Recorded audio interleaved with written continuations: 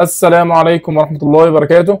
ازيكم يا شباب، اخباركم ايه؟ يا رب تكونوا بخير. ان شاء الله النهارده هنتكلم عن البروكسي باترن، وعشان نفهم البروكسي باترن خلينا نشوف الديفينيشن بتاعه. الديفينيشن بتاعه بيقول بروكسي is a structure or design pattern that provides a surrogate or placeholder for another object. طب يعني ايه الكلام ده؟ يعني ان هو من نوع اللي هو الاستراكشر ديزاين باترن، وقلنا ان الاستراكشر ديزاين باترن مسؤول عن تنظيم العلاقه بين الاوبجكتس وبعضها. طيب بعد كده بيقول that provides a surrogate or placeholder for another object، يعني ان هو بيستخدم لتوفير بديل او كائن بديل للكائن الاصلي اللي موجود عندي. طب يعني ايه كائن بديل للكائن الاصلي اللي موجود عندي، وليه اصلا بحتاج اعمل كده؟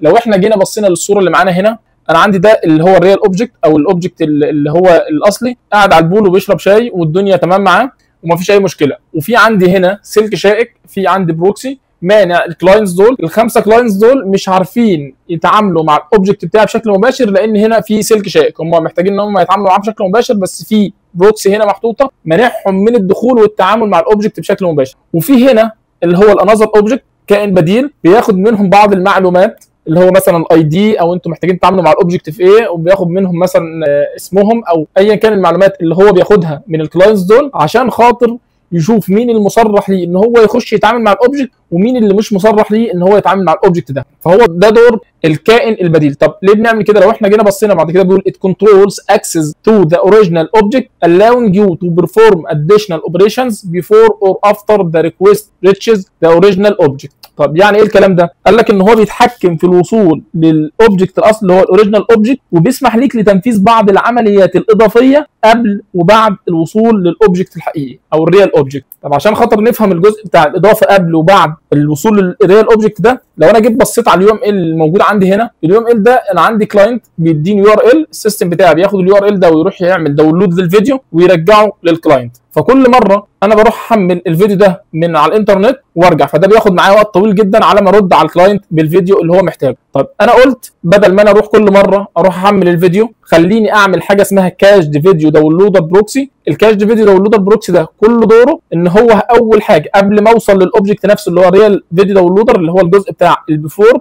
قبل ما اوصل للفيديو هروح اتحقق عندي هل الفيديو ده انا نزلته قبل كده. انا عامل ديكشنري هنا بسجل فيه كل الفيديوز اللي هي نزلت عندي. الفيديو ده اتحمل عندي قبل كده، لو اتحمل او نزل قبل كده هروح اجيبه من الكاش وارجعه للاند يوزر على طول بدون ما اروح للريال فيديو داونلودر. طب انا دلوقتي الفيديو ده ما نزلش عندي او ما اتحملش عندي، هروح للريال فيديو داونلودر ده اروح انزله، وبعد ما انزله الجزء اللي بعد بقى اللي هو الاديشنال بعد ما اوصل للريال فيديو داونلودر هروح اسجله في الكاش عندي، عشان بعد كده اي حد يجي يطلبه تاني يرجع له من الكاش بدل ما يروح للريال فيديو داونلودر بروكسي. فانا استخدمته هنا في عمليه البرفورمانس اوبتمايزيشن، ان انا خلاص حطيت لير في النص اللي هو البروكسي ده بقى يعمل حاجه، يتشيك الاول هو موجود، لو موجود هيرجعه على طول، لو مش موجود هيروح ينزله ويسجله في الكاش الموجود عندي. طيب وهو ده برده المثال اللي احنا هنشرحه بشكل عملي بتفصيل اكتر. طيب هنا بيقول لي why do we need the proxy pattern. طب ليه احنا بنحتاج البروكسي باترن؟ ليه بعض الاستخدامات اللي هي الشائعه. اول حاجه الاكسس كنترول، اللي هو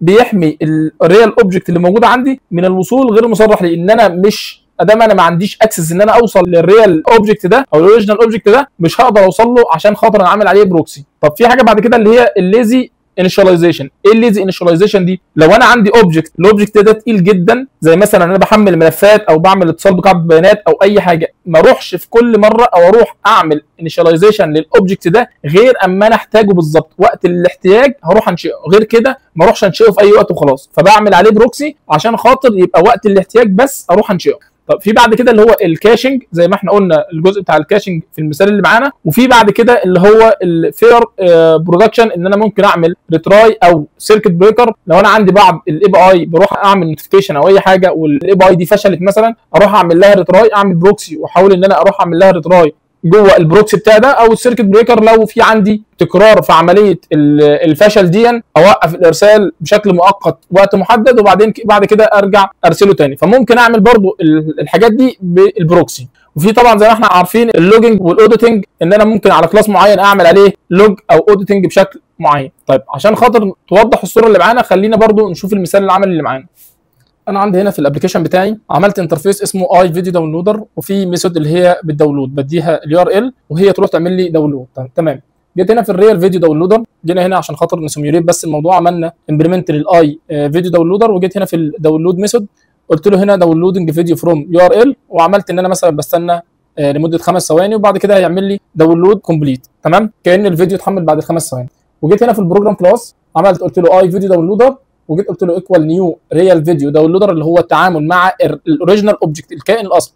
وجيت هنا عملت تحميل لبعض الروابط دي. الرابط ده هو نفس الرابط اللي موجود عندي فوق. طيب لو انا جيت هنا رنيت الابلكيشن، هنبص عندنا هنا نلاقي اول حاجه هنا بيحاول ينزل الفيديو، يقعد 5 ثواني يقول لي داونلود كومبليت، وبعد كده استنى برده 5 ثواني عشان خاطر يحمل الفيديو الثاني، وبعدين جيت نفس الفيديو الاولاني ده استنى برده 5 ثواني عشان خاطر يحمله ثاني. طيب عشان نعمل الموضوع ده بالبروكسي خلينا نيجي هنا نقول له اد نيو كلاس ونسميه كاجد فيديو داونلودر بروكسي. طيب ممتاز جدا. هاجي برده هنا اخليه امبلمنت نفس الانترفيس اللي هو اي فيديو داونلودر اللي هنا بابليك، واجي امبلمنت الميثود اللي هي الداونلود. هاجي هنا بس اقول له برايفت ريد اونلي، واقول له هنا الريال فيديو داونلودر،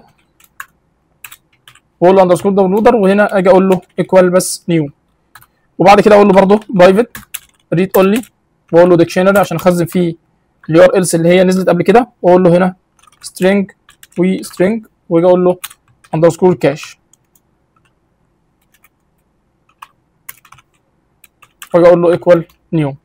طيب ممتاز جدا لحد هنا. هاجي بقى في الميثود نفسها هقول له اف لو الكاش عندي دوت كونتينز الكي اوف يو ار ال، لو موجود في اليو ار ال ده، كل اللي انا هعمله هاجي بس هنا اقول له كونسول دوت رايت لاين، واقول له هنا كده ابعت له بس رساله اقول له سيرفنج فيديو فروم الكاش. تمام، واجي هنا ادي له اليو ار ال ان انا رجعت الفيديو ده من الكاش مباشره، ما رجعتوش من الريال فيديو داونلودر. وبعد كده اقول له إلس لو مش موجود عندي، هاجي هنا كل اللي انا هعمله هقول له اندرسكور ريال او انا مسميه داونلودر دوت داونلود، وادي له يو ار ال، هروح احمله من الريال فيديو داونلودر مباشره ادام هو مش موجود عندي في الكاش. وبعد كده اروح اسجله في الكاش، اقول له الكاش اوف يو ار ال، واجي اقول له هنا مثلا اقول له كاشد كوبي. اجي هنا اعمل له كاش، اقول له خلاص ان انا سجلته في الكاش خلاص هنا كاشد. بعد كده هاجي في البروجرام كلاس بقى بدل ما انا بستخدم الريال فيديو داونلودر مباشره، هاجي هنا اقول له كاش فيديو داونلودر بروكسي، والكاش فيديو داونلودر بروكسي هو اللي بيتعامل مع الريال فيديو داونلودر. فهاجي هنا رن الابلكيشن بتاعي. لو انا جيت بصيت هنا اول مره وهو بيحمل الفيديو الاولاني ده او اليو ار ال الاولاني استنى 5 ثواني، وبرده الثاني استنى 5 ثواني لان هو ما سجلش في الكاش لحد دلوقتي. ثالث فيديو رجع لي قال لي سيرفنج فيديو فروم كاش، واداني اليو ار ال رجعه مباشره. هنا ما اتعاملش خالص مع الريال فيديو داونلودر، هو راح لقى موجود رجعه لي مباشره. فهو ده المثال الخاص بالبروكسي باترن، وليه بعض الاستخدامات الكتير، بس احنا استخدمنا جزء من استخداماته. اتمنى ان هو يكون واضح للناس. اسيب لكم الكود ان شاء الله في الديسكربشن، واشوفكم في درس جديد، والسلام عليكم ورحمه الله وبركاته.